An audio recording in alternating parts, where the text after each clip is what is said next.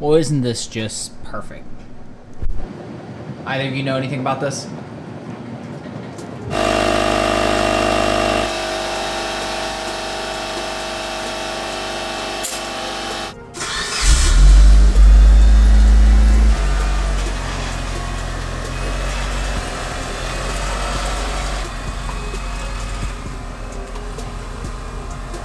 Well, this is interesting. Okay. Well, between the flat tire and this, hopefully your guys' day is going better than mine, but my name is Will Sanders, and welcome to another Evo video. This is my 2005 Evo 8 RS. I officially have no idea where I'm going now. Kind of just following the mob, hoping they know where they're going. Oh, that's good. There's two of them. One's going left, one's going right.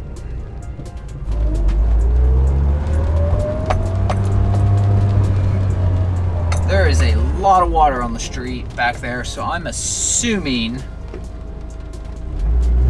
that whatever happened, they hit the fire hydrant.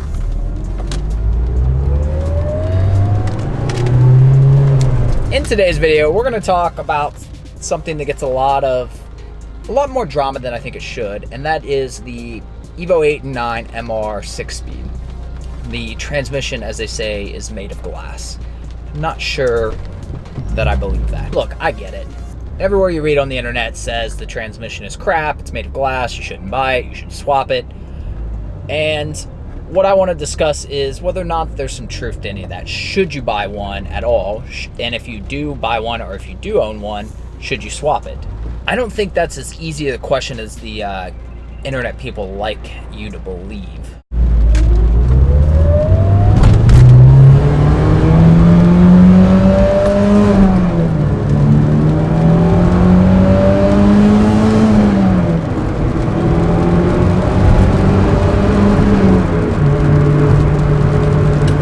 Look, I get it. I'm not ignoring facts here.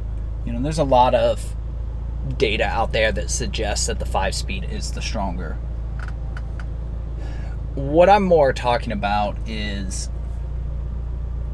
do you personally need to have the 5-speed? Whether that's buying a GSR or an RS for the 5-speed or swapping out your MR 6-speed. Wow, that is super loud. I think one of the biggest problems we have when we're shopping for a car like this is we're hopeful. We have all these grand plans of what we're gonna do with the car. Seriously, all I'm trying to do is run to UPS and back. I can't go the main way because of road construction. I go the secondary way, I get flooding because of a car wreck. I go this way, and what is this? Since when is this? This is new. This is not like this yesterday. Look, we all have these grand plans. I'm gonna get an Evo, I'm gonna do this, I'm gonna build the motor, or this turbo, that, I'm gonna track it, whatever. I think if we're completely honest with ourselves, most of us aren't gonna do that. And when you realize that, you are probably more likely to just do some minor bolt-ons and drive the car, you realize that the transmission doesn't matter at all. The 6-speed doesn't give you much in the area of like a lower RPM because it's still geared pretty tightly. So as far as like daily driving benefits, there's not a whole lot. I think it might lower the revs like 500 or something. It's nothing crazy. You might be able to tweak that more with some different stuff. The bottom line is I wouldn't let it make my decision for me. There are probably a few of you out there that are truly going to, you know, gut the car and race it and all this crazy stuff. Yeah, you probably should just not buy an MR. I mean, let's be honest. But for the vast majority of us, it's fine. If it makes you feel any better, obviously don't buy an MR. I wouldn't let it make a decision for me based on the potential to break easier. Not to mention that even if it does, even if you do have to rebuild it, it's really not that expensive to rebuild these transmissions. You know, as long as you're not doing anything crazy. I had my Evo 9 transmission rebuilt, and I just wanted to get rid of the 5th gear grind, and I just wanted to beef it up a little bit since I was doing some other stuff and putting a clutch in and everything else. And granted, I didn't have the labor of them taking it out because they were already doing that, so you'd have to factor that in. But the actual, like, parts and everything, and the labor for the transmission just by itself was only like $800-900. Yes, this was like 10 years ago, so I'm sure it's going to be a little bit higher now.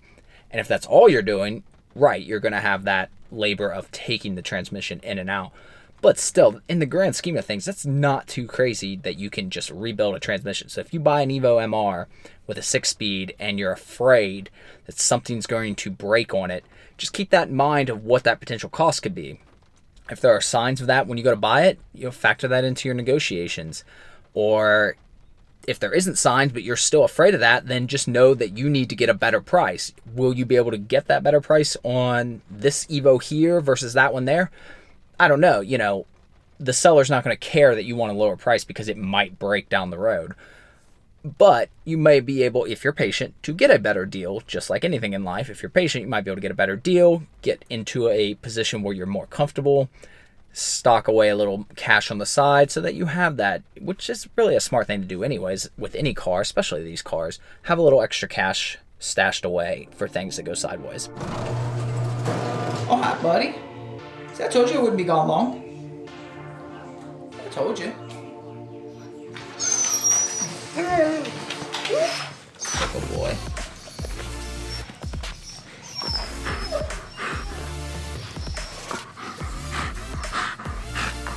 You guys know Enzo and Lotus. You can subscribe to their channel if you want to watch more videos on them specifically. They also have their own Instagram. I'll link all this below.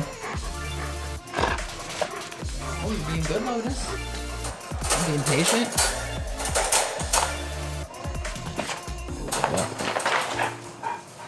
With that, like if you enjoyed the content, subscribe to follow along with the daily Evo videos. Well, daily videos, most are about the Evo.